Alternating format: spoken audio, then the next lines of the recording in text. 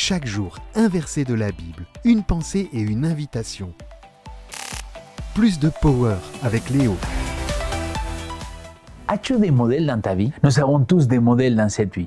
Que ce soit nos parents, des amis ou même des célébrités que nous ne connaissons peut-être que de loin. La question est, penses-tu que ce modèle que tu as est parfait? J'imagine que tu es en train de te dire, non Léo. Et je suis d'accord avec toi. Paul a dit aux Colossiens quelque chose qui m'a beaucoup touché. Pensez à ce qui est en haut et non pas à ce qui est sur la terre. Car vous êtes morts et votre vie est cachée avec le Christ en Dieu. Notre vie est cachée en Christ. Qu'est-ce que cela veut dire? Cette phrase signifie que la véritable essence de notre vie en tant que croyant est liée étroitement à notre relation avec Jésus et à notre position en Dieu. Cela implique que notre identité, notre sécurité, notre destin sont enveloppés dans cette connexion spirituelle avec le Christ et avec notre Seigneur. À la lumière de cette réalité, regardons comment Jésus, notre modèle parfait par excellence, a vécu. La citation du jour nous dit « Jésus est le parfait modèle ». Au lieu d'essayer de satisfaire le moi et choisir notre propre chemin, cherchons à refléter son image. Il était gentil et courtois, plein de compassion et de tendresse. Lui ressemblons-nous sur ces points, cherchons-nous à ce que nos vies soient parfumées des bonnes œuvres. Ce dont nous avons besoin, c'est la simplicité de Christ.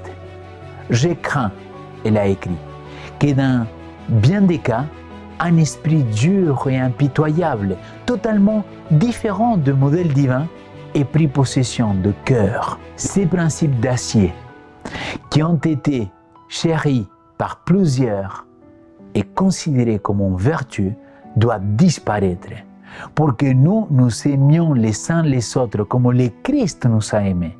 Il ne suffit pas de professer la foi, quelque chose de plus qu'un assentiment formel et demandé. Il faut une connaissance réelle, une expérience authentique des principes de la vérité telle qu'elle se trouve en Jésus.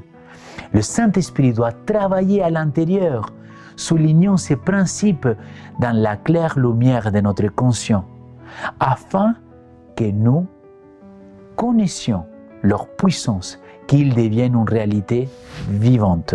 Mon ami, nous avons besoin de ressembler davantage à notre Seigneur Jésus-Christ.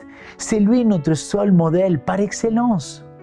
Hier, nous avons parlé de prier pour avoir une maison, un cœur purifié. Aujourd'hui, laissons l'Esprit de Dieu opérer en nous, nous transformer pour refléter la douceur, la compassion et l'amour de notre Seigneur Jésus. Qu'il puisse être un modèle pour toi comme pour moi. Comment? Je t'invite à lire les paroles de Jésus-Christ qui se trouvent dans l'évangile de Jean, chapitre 14, 17. Lis-les plusieurs fois pendant la journée.